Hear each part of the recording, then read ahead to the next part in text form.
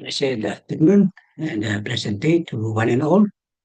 I would like to share to you the word of God today, which is found in the book of Colossians chapter 3, verse 16. Sa mapagpalang po sa atin na mag-aaral po tayo ng salita ng Diyos. But before that, we would pray together. Let's pray. Heavenly Father, we thank you, Lord, for this wonderful day. Thank you so much for how you care for us for the past days. Lord, we would like to commit to you whatever we will study today. It will always be imparted unto us, remain to our hearts, and we may live with these words that we are going to hear today. Bless these words into our hearts in Christ's name. Amen. The word of God in the book of Colossians, chapter 3, verse 16.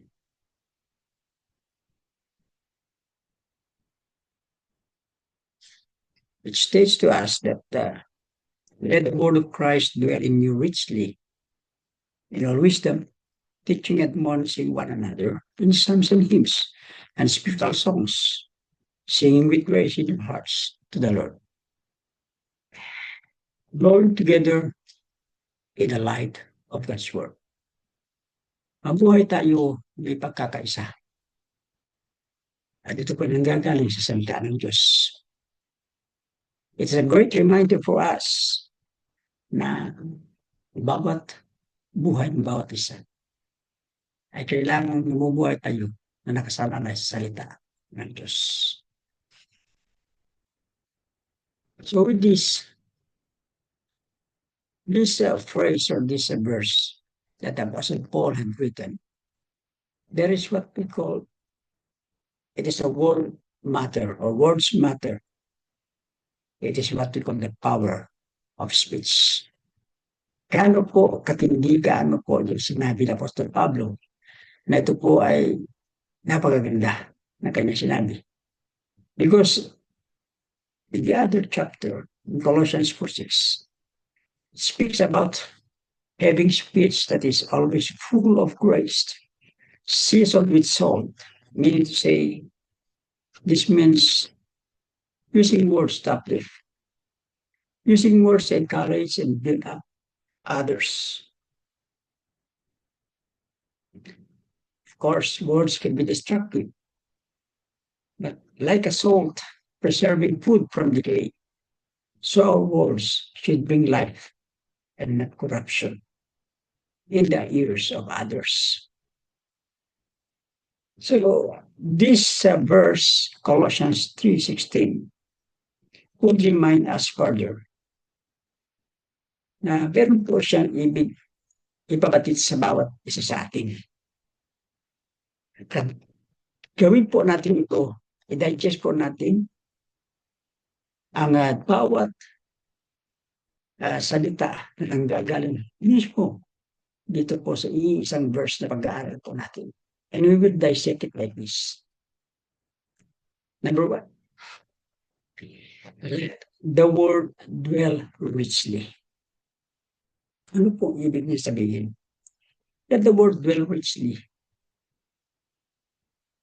Ang salita ng Diyos, namin po natin, sa kabuhay po natin, ilagay po natin sa ating puso ang salita ng Diyos. Ito po hamon sa bawat isa. Ito po ay panawagan. Ang panawagan nito it goes like this. It is a call to personal engagement. Nakikipag-engage ka sa Panginoon. And you have a vow to God. In an engagement, dito po makikita na ano po yung personal na vow sa Panginoon. Ano po yung ninanais mo sa Panginoon ay pakita. And that is your personal engagement with God. Encouraging. When you do a personal engagement with God, it is encouraging each individual to allow the Word of God to deeply permeate their hearts and minds. Nanaway, ang salita ng Diyos, pag ito po ay nasa puso ko natin, ay binabago po niya yung ating pag-iisip, yung ating pong pagkatao. So, ibig sabihin, it is a call to personal engagement. Meron po siyang gustong baguhin sa bawat isa. Pag ang salita ng Diyos ay nasa iyo. And it is also a call to grow together. Panawagan sa bawat isa sa atin na tayo po ay tutubo, tayo po ay maging mature, tayo po ay maging mataas yung pag-intindi sa salita ng Diyos. So when you wanted to grow together, as the Word of God dwell richly unto you, you must first personally engage with God's Word. Personally engage, what I mean is that ikaw mismo ay alam mo kung paano mo gagamitin ang salita ng Diyos. Yes, of course, we know the Word of God, we know the Bible, but it is not merely reading or memorizing the Word of God, but take note of this, allowing it to dwell richly within you. Allowing, the word allowing is that you put yourself into the Word of God to dwell richly within us. At mangyayari, shaping our thoughts, shaping our attitudes, and shaping our actions. Because the Word of God will control your life. Dahil nagpakatakot ka sa ating Diyos. Ito pwede nangyayari. If the Word of God will richly say unto you, kung ang salita lamang po ng Diyos ay sinasabuhay po natin at itigon natin ang importansya ng salita ng Diyos, it will shape our life. I could remember there was a time na may hamunan na challenge sa salita ng Diyos. Challenging each other as we grow together. Sabi, pag-post ka ng salita ng Diyos every day, isaw dalawa na verses. Or memorize. And that was a great challenge before that. No? Pero nasaan na ngayon? Hindi siya papatuloy. Wala na ako nakikita na challenge na inumpisahan nila. Nakigaya lang po. No. Ang ibig sabihin, ang salita ng Diyos, pag binasa mo, pag nalaman mo, panatilihin mo sa iyong puso. Kailangan dyan at sa kabuhin mo kung ano yung salita ng Diyos na yung naiintindihan. And that is your personal engagement. And you grow together with others. So yan po yung una na pinapakita ng Gusto Pablo to us, growing together in the light of God's Word. Na lahat na gagawin po natin ay nandoon po, nakasalalay po, napaparoon po doon sa salita ng Diyos. So, this Word of God would give us again what we call not only the times na makita po natin na ito po ay bahagi ng buhay. No, ito po ay nagiging buhay na po natin ang salita ng Diyos. Secondly, not only this, a call for us that the Word will dwell richly into you, but it will teach and admonish one another. Tuturuan niyo po ang bawat isa sa atin. At ito po ibinabahagi po sa bawat isa sa atin. So it is therefore a call to mutual edification. Mutual education. Para ba yung pag sinabi ko natin kanina personal engagement, yung mutual naman na edification, yung bawat isa ay may personal. Meron po sinasabi po natin na personal na pagbabago ng bawat isa. So it's a call for us to teach and admonish one another. Alam mo kung ang bawat isa na maharap ang bawat salito ay nakakaintindihan. May mutual na understanding. And this is a call for us. Sa pamamagitan ng salita ng Diyos, tinatawagan po tayo na magkakaisa po tayo. Na magpapalakasan po tayo ng pananampalataya. So it is emphasizing the importance of sharing the word with one another. Ang napakahalaga yung pag-share ng salita ng Diyos. Hindi yung sinishare mo kung ano yung nakita mo, kapintasan ng iyong kapwa. Huwag po yun ang sasabihin po natin. But rather, through the Word of God, sharing the Word of God with one another, is teaching, encouraging one another, and correcting one another.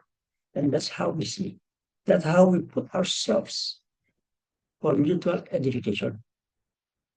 Teaching, encouraging, and correcting one another. So again, it is a call to actively participate. Meaning to say, we must actively participate in teaching. Gawin po natin. Not only na bahagi ng buhay, ito po yung buhay mo. And this can be done through worship. Sa pamamagitan ng pagsamba, sa pamamagitan ng pagkata, sa pamamagitan ng sharing spiritual insights. Alam mo, isa ngayon, bawat isa naghahanap ng spiritual insight. So thank God, minsan ginagamit natin ng Facebook. Popost tayo ng spiritual insight. Why? Because we wanted to uplift, to encourage others. And there, we are teaching and admonishing one another. Pinamalapit sa iyo.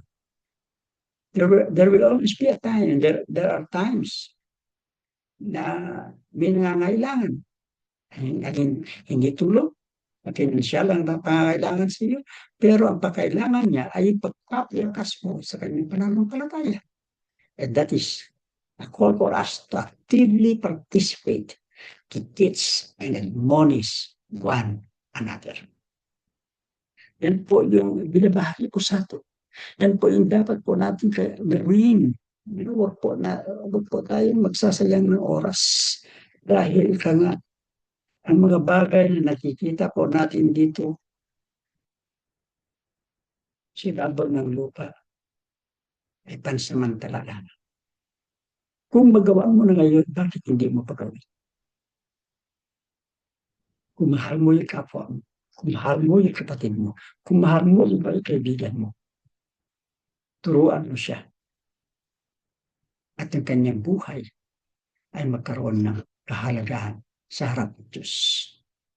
Actively participate in order to grow.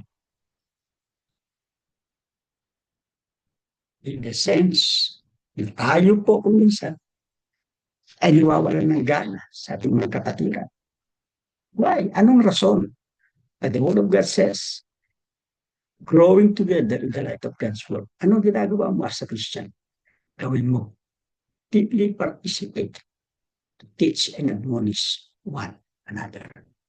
Thirdly, not only to teach, but to sing with grace in your hearts. Singing with grace in your hearts, call to worshipful serving expression.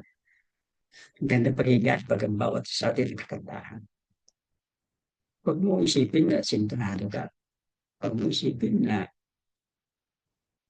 yung boses mo ay boses palaka o boses ng kung ano dyan. But when we sing with grace in your heart, which means is a call to worshipful expression, encouraging the expression of praise and adoration through singing with hearts filled with gratitude and grace. Alam mo ba yung pagkanta? May mga kanta na kanta ng kalungkutan. May kanta ng pagdadalamhati. But the best na pagkanta is when you sing with your hearts filled with gratitude and grace. Dahil Diyos, alam niyo puso ng bawat isa atin. So, yung pagkanta mo dapat galing sa puso. Hindi yung kumakanta ka sa iyong simbahan, kumakanta ka, pero yung pagkanta mo parang patay. Parang wala lang. Memorize ko lang yung lyrics ng kanta, kumakanta ka nga, pero without the expression of worship in your heart. Hindi ka tanggap-tanggap. Hindi ka lumod-lumod ang iyong pagkanta. Pero ikaw nagkanta ka, nagbigay yung pagkanta mo na galing sa puso mo, na dahil gusto mo na purihin ng Diyos sa iyong buhay. You sing it with expression of grace. Huwag naman sobrahan yung pagkanta mo. Puro sigaw na lang. No? Ibang kanta na sumisigaw. Yung sumisigaw ito minsan ng pagkanta, pinipilit nila abutin yung mataas. Pinapakita nila na kantahin nila na yung kanta niya it is because of emotion. Sing it coming from your heart. So it is always a challenge for us, call to unite in singing. Hindi lang worshipful expression, but it's a call for us to unite in singing too. Magkakaisa po tayo. Ano po ibig sabihin niya? It is a call to grow together again. We must worship the Lord with our voices, allowing the words to inspire our songs. Okay, mo? Yung mismo lyrics ng kanta, yun yung inspire. Sa'yo nakakanta na yung puso mo puno-puno ng kagalakan. Singing together unites us in praise and gratitude. A call to unite in singing. The word God's plainly states like this. When it is a call to unite in singing, nais ng Diyos. Hindi sa kapamagitan talaga ng pagkanta na tayo unite, kundi nais ng Diyos na yung puso ng bawat isa mag-unite. Magkakaisa yung puso. Dahil sa pagkanta. Gusto mo ba kakanta ka? Sasama ka sa choir, sasama ka sa grupo, magkanta ka. Pero nakikanta ka sa kanila, telefon. Where is your heart? Alam mo, kanta, hindi ang nasusukat sa galing ng iyong Moses, kundi nasusukat sa puso mo na nag-aalay ng tamang kalwalhatian sa ating Diyos. So we have to call. It is a call to unite in singing. Imagine mo, yung isang majesty choir lifting their voices in perfect harmony because they offer their worship to the Lord with their hearts overflowing with grace in singing. Di mo maramdaman. Pag ikaw ay nagtatrabaho ka, kahit anong kabigat na trabaho mo dyan sa iyong amo o sa pinaglilingkuran mo, kinakanta din nadala mo lang sa kanta. Dahil alam mo, na sa iyong pagkanta, nais mo ng Diyos kasama. And there you are, singing some songs and hymns from your heart with an overflowing grace that comes from God. Hindi mo namamalayan. You are already giving your service and you worship your God. That is how we must create in us what we call the worshipful expression through singing. Pagkanta, na ito po nakakalwalhati sa Diyos. And that is when we grow together in the light of God's word. Another one, to grow together in the light of God's word, you must give thanks to God. Why? Because this is all to gratitude. Pinapanawagan sa atin ito na maging pasalamat tayo sa Diyos. Kumakanta na, pero minsan hindi ang papasalamat sa Diyos. It's a call to gratitude, encouraging a lifestyle of thankfulness. Recognizing that everything we do, including our growth to the Word, should be done in a thanksgiving manner. Yan hinahanap ng Diyos sa bawat sa atin. Tanawagan sa atin dahil sa ating Panginoon sa atin. Hindi tayo marunong magpasalamat. Iyan yung sinabi ni Diyos. Na unang nakita niya hindi po kapasaya sa mga tao. Ingrato sila. Hindi sila marunong magpasalamat. Sa maliit na bagay o sa malaking bagay, kailangan natin i-acknowledge ang Diyos sa pagpapadala ng kung ano man para sa atin yung basbas ng Panginoon dahil dapat tayo marunong magpasalamat. Isa yan, napanawagan. Kung gusto mo mag-grow, kung gusto mo maging mature, kung gusto mo maging maayos yung pamumuhay sa harap ng Diyos, marunong ka magpasalamat. It is a call to cultivate a heart of gratitude for each one of us to grow together na tayo tutubo na sabay-sabay. We must cultivate a heart of gratitude. Meaning to say, giving thanks to God for His word and all He has done for us. Ginawa ng Diyos sa atin. At ayan po ay ang po natin na naipasapuso po natin ang pagpapasalamat sa Diyos. Ang growth, yung pagtubo mo mismo, yung pagbabago ng buhay mo mismo is an act of worship and praise to God. Ayun. Ganda pala eh. Sabi ko, ganda pala pagka yung tunay sa puso mo, pagpapasalamat mo sa Diyos. Hindi mo na mamalayan. Yung buhay mo na mismo is an act of worship and praise to God. Na ipinagpapagkita ko rin po, na yung buhay mo na ay punong-puno at darama mo ang gaan na pamumuhay mo. Why? Because you grow together in unity. You grow together in the recognizing one another. At yan po, dapat natin gawin inside the fellowship. We must grow together in the light of God's word. At ang basihan natin ay ang salita ng Diyos. Ang sabi, let the word of God dwell richly unto you. For to teach and admonish one another. Magtuturuan po tayo. No? And then, it will always create in us kind of attitude, kind of heart, singing with grace in your hearts. And it is because you give thanks to God for who you are right now. Yan po yung mga bagay na nais ni Pastor Pablo na ipabatid sa atin. Ang pinaka-nais po ng Pastor Pablo at ito, itlawakan po ng Diyos sa atin ay tayo ay tutubo.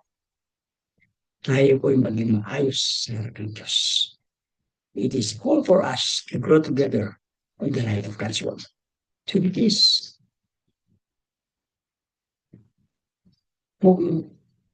it is very simple passage before us.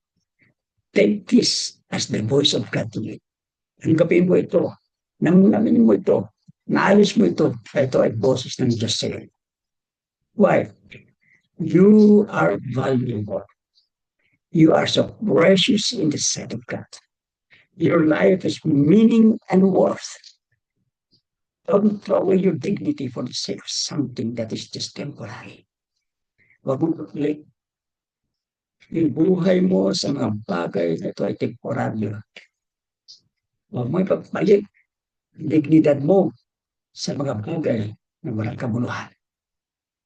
Don't lose your worth for the sake of something that is just worthless. The challenge is be me, be you, be us, living in the light of God's word. Bawat isa. Pag yung buhay mo, buhay ng bawat isa, ay nakasalalay sa salita ng Diyos. You are growing together in the light of God's word. Kaya Paul, yan yung pangyayari sa buhay natin. Pag sinunod lamang po natin ang salita ng Diyos ng hapon ito, magkakaroon po tayong buhay na naging buhay ay ito po yung nagpupulo, nagluwalhati sa ating Panginoon. So take this as a voice of God to you. And may you consider your life today. It will become a channel of blessings for others. Let us pray. Heavenly Father, we thank you for this voice that we have heard. Your voice, O God, challenging us that your word may grow deeply and richly into our hearts, that we may teach and admonish one another, that we may sing with grace, that we give thanks unto you, because our life now had been seasoned for a cause, and that is to grow together in the light of God's word. Bless these words into our hearts. In Christ's most precious name, we ask and pray. Amen. God bless us. And I know that It is somewhere there that I know God will always be with you. God bless you all, and maybe always honor the God in our life. Thank you. And magandang araw po sa bawat isa.